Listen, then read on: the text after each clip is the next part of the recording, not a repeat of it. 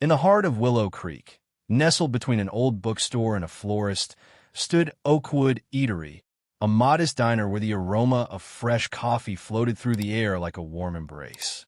The low hum of soft conversation, clinking dishes, and the occasional laugh created a comforting background melody.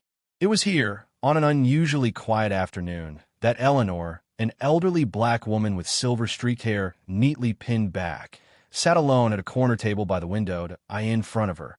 A steaming mug of black coffee, a small, framed photograph of a younger Eleanor with her daughter in military dress, and her silent phone, waiting to ring.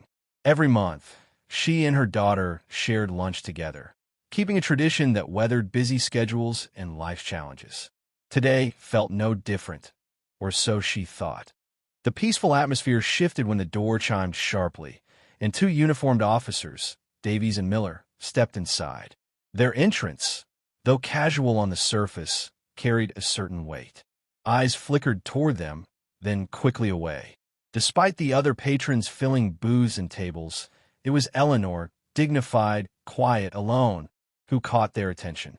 Without even a greeting, Davies approached her table, his gaze hard and calculating. "This table's for 4 people, ma'am. You're taking up too much space, don't you think?" His voice was tinged with a superiority that was all too familiar to Eleanor. Eleanor, calm and composed, met his gaze without flinching. "I reserved this table. I'm waiting for my daughter." Miller let out a mocking chuckle. "Reservations? At a place like this? Highly doubt it." Eleanor patiently explained their monthly tradition, but the officers remained unconvinced. Davies's eyes narrowed as he spotted the military pin on her jacket. With a sneer, he said, "A veteran, huh? Let's see some ID." Without hesitation, Eleanor retrieved her veteran identification card and handed it to him. Davies barely glanced at it before tossing it carelessly back onto the table. "Anyone can fake these nowadays." "You expect us to believe you served?" he scoffed. Pain flared briefly behind Eleanor's eyes, but she masked it with a serene smile born from years of enduring similar insults. Miller leaned in closer, his voice dripping with condescension.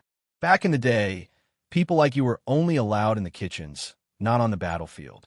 The diner's lively murmur stilled. Conversations halted. Some patrons looked down in shame. Others watched, frozen in uncomfortable silence. Davies, not yet satisfied, snatched Eleanor's cap from the chair beside her, inspecting it like a cheap trinket. "These can be bought at any gas station," he muttered dismissively. When they pressed her for details, Eleanor answered in a steady voice that belied the hurt in her heart. 12th Combat Medical Division. 3 tours. 1985 to 1994. Served under Colonel Harrison. Davies let out a sharp, cruel laugh. "Anyone can Google that. Doesn't prove a thing." A man nearby rose from his seat, fists clenched, but Miller quickly stepped between them. "Interfering with an official investigation will get you arrested," he warned. Eleanor, still seated, asked with quiet dignity, "Investigation into what? Exactly?" Davies, sensing the rising tension, concocted a flimsy accusation about fraudulent military IDs being used for discounts. The lies grew thicker. Even when Sarah, the young diner manager, approached and vouched for Eleanor's character, the officers dismissed her. Inside, Eleanor felt the familiar burn of betrayal. After all she had sacrificed, she was still judged by the color of her skin, still treated as less than human. Yet she refused to shrink. She sat straighter, her presence undeniable. Davies leaned down, voice low and bitter. "People like you steal honors you don't deserve."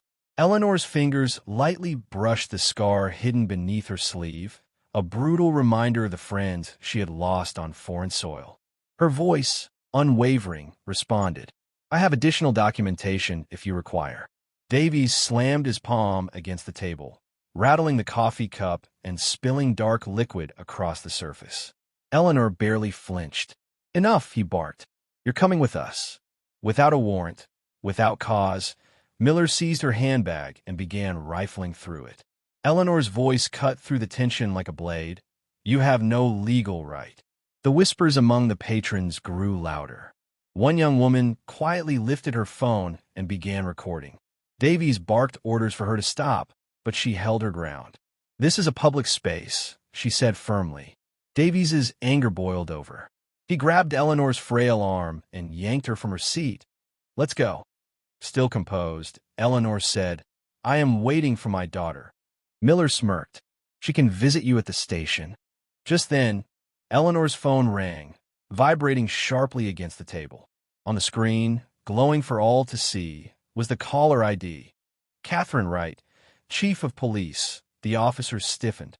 "May I answer?" Eleanor asked sweetly, her eyes locked onto Davies. Released reluctantly, she picked up. "Hello, darling. Yes, I'm at the diner. Could you come inside? There are 2 officers here who are very eager to meet you." When she ended the call, Eleanor placed the phone carefully on the table and folded her hands neatly. "My daughter will be here shortly," she said, a hint of triumph in her voice. Desperate to regain control, Miller grabbed the framed photo Eleanor had brought and squinted at it. "Let's see who your daughter really is," he muttered. But the energy in the room had shifted dramatically. Patrons were openly watching now, recording, whispering. Davies and Miller, once so confident, now looked uncertain. The door swung open. A tall woman in a crisp, dark blue uniform entered, badge gleaming under the diner's soft lights. Her eyes immediately found Eleanor's, and then snapped to the 2 officers. The expression on Chief Wright's face promised a reckoning that Davies and Miller would not soon forget. The diner, once quiet, now buzzed with murmurs as patrons whipped out their phones to capture the unfolding drama. Davies and Miller stood frozen. Miller's face had drained of color, while Davies glanced from the photograph in his hand to the woman who had just entered. "Mom?" Catherine said, walking toward Eleanor and kissing her cheek. She then turned to the 2 officers. "Officers Davies and Miller, right? I would like to know why you're harassing my mother." Davies made a last-ditch effort. "Chief, we were just checking." "Checking what exactly?" Catherine cut him off, her voice sharp. "Checking the military records of a decorated lieutenant colonel who earned a Bronze Star for valor in combat. Or maybe verifying whether she really received the injuries that almost cost her a leg while evacuating wounded soldiers under enemy fire." The diner fell silent. Catherine's words echoed in the room. "Chief, there's been a misunderstanding," Miller stammered, barely audible. Catherine silenced him with a cold look before turning back to her mother. "What do they do to you, Mom?" Eleanor, who had faced countless battles, both in combat and in her career, finally allowed a single tear to fall. "They call my military ID fake. They said people like me only wash dishes in the Army. They question my right to be here. They even searched my bag without permission." Catherine took a deep breath, visibly fighting her rage. Then, she did something unexpected. She pulled out her phone and dialed a number. "Secretary Johnson?" "Catherine Wright. I need your help with a sensitive matter." She paused. "Yes, it concerns my mother. I'm with 2 officers who have questioned her military credentials. Could you help clear things up?" The color drained from Davies' face, and Miller looked like he might faint. Catherine handed the phone to the officers, putting it on speaker. A deep, authoritative voice came from the speaker. "Officers, I want to be very clear. Lieutenant Colonel Eleanor Wright is a legitimate veteran, a national hero whose service records are meticulously documented at the Pentagon. The wound she sustained saving an entire unit in hostile territory earned her not just a Bronze Star, but the eternal respect of the armed forces. Questioning her credentials is not a mistake. It is an affront to her legacy." Davies gripped the phone like it was a live grenade. His arrogance had dissolved, replaced by sheer fear. Just then, Sarah, the diner manager, stepped forward with determination. "Chief Wright, I have something you should see." She handed over her phone, showing a video that had been recording the entire incident. Catherine watched the video for a few moments, her expression growing colder with each second. She extended her hand toward the officers. "Badges. Weapons. Now." "Chief, please," Miller begged, his voice shaking. "Now." The word cracked through the room like a whip. Trembling, the 2 officers placed their badges and weapons on the table. Catherine addressed the stunned diners. Prejudice doesn't always wear hoods or carry torches. Sometimes it wears a badge, and when it does, the betrayal of public trust is even more profound. She then gestured to two uniformed officers who had just entered. Take them into custody. I want full reports on every complaint filed against them in the last 5 years on my desk by the end of the day. As the officers were escorted out, Catherine sat beside her mother. For the first time, Eleanor allowed herself to lean into her daughter's embrace. "How did you know?" Eleanor asked, her voice thick with emotion. Catherine smiled gently, squeezing her mother's hand. "Do you think I don't have eyes in this diner? Sarah called me the moment they started harassing you." As mother and daughter shared a private moment, the other patrons began approaching, apologizing for not stepping in sooner. But they knew the real reckoning was yet to come. Public humiliation was just the beginning. What awaited Davies and Miller behind closed doors would be a lesson no officer in Willow Creek would ever forget. The disciplinary hearing for Officers Davies and Miller is tomorrow at 9 a.m., Catherine announced, putting her phone away. All witnesses have already confirmed their attendance. 3 weeks later, the fallout from the incident at the Oakwood Eatery had shaken the Willow Creek Police Department to its core. What began as a simple lunch had become a case that reignited crucial conversations about institutional bias. Eleanor adjusted her military uniform, ready for the disciplinary hearing. Her medals told a story of valor that the two disgraced officers had tried to erase. "Do you really need me there?" Eleanor asked, not meeting her daughter's gaze. "I've already given my statement."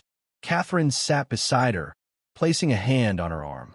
"It's not for them I want you there, Mom. It's for the others, the good officers who need to see what happens when prejudice were to badge." Meanwhile, at the police station, Davies was clearing out his locker. The administrative suspension had been just the beginning. Investigations had uncovered a disturbing pattern of behavior. 6 previous complaints of abuse of authority, all filed by Black and Latino individuals, cases that had been ignored. "They're going to fire us," Miller muttered from the doorway, his arrogance gone. "My wife won't answer my calls. My kids are being taunted at school." Davies slammed his locker shut. "That old woman ruined our lives." A quiet voice spoke from behind them. "You ruined your own lives the moment you decided that the color of someone's skin determined their worth." It was Sergeant Ellis, Catherine's mentor. "Tomorrow isn't about punishment. It's about accountability. Something you should have learned from day one." The following morning, the courtroom was packed.